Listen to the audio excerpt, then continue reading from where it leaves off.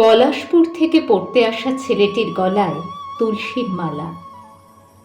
প্রথম ক্লাসের পর জিন্স পরা একটি মেয়ের সে কি হাসি।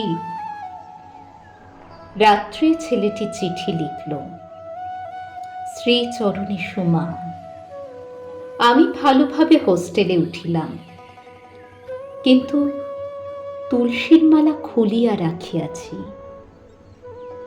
এক সপ্তাহ বাদে জিন্স পরা মেয়েটি ছেলেটির 4টে বোতাম একটানে ছিঁড়ে দিয়ে বলল, এ যে গত শতাব্দীর জামা। আবার সেই হাসি। রাত্রে লিখল,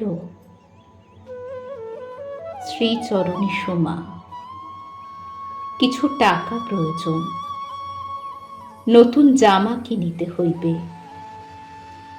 অফ পিরিয়ডে ত্রৈলোক্যনাথের ডমরু চরিত পড়ছিল, ওটা কেড়ে নিয়ে একটা পেপার ব্যাগ ধরিয়ে মেয়েটি হাসতে হাসতে চলে গেল। পলাশপুরের ছেলেটি এই প্রথম মেয়েটিকে দেখল, একটি মেয়ের চলে যাওয়া দেখল। রাত্রে চিঠি, শ্রীচরণী সুমা, আমি হ্যারল্ড রবিন্স পড়িতেছি। পলাশপুরে কি বৃষ্টি আসিতেছে? কতদিন বকফুল ভাজা খাই নাই। জিন্স পরা, শাড়ি পরা, স্কার্ট পরা, সালোয়ার পরা 4 জন একদিন ওকে জোর করে নিয়ে এলো একটা বাড়িতে, খুব সুন্দর একটা বাড়িতে। স্টিরিওতে বেজে উঠল গমগমে জ্যাজ আফ্রিকান ড্রাম। পাশের বাড়ি থেকে 4 জোড়া নর্থ স্টার এসে দাঁড়ালো। অন্ধকার করে শুরু হলো নাচ। এবার সবাইকে নগ্ন হতে হতে,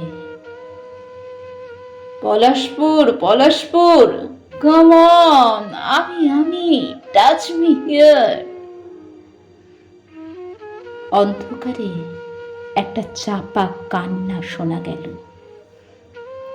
সুইচ অন। দেওয়ালে পিঠ দিয়ে নগ্ন পলাশপুর কাঁদছে।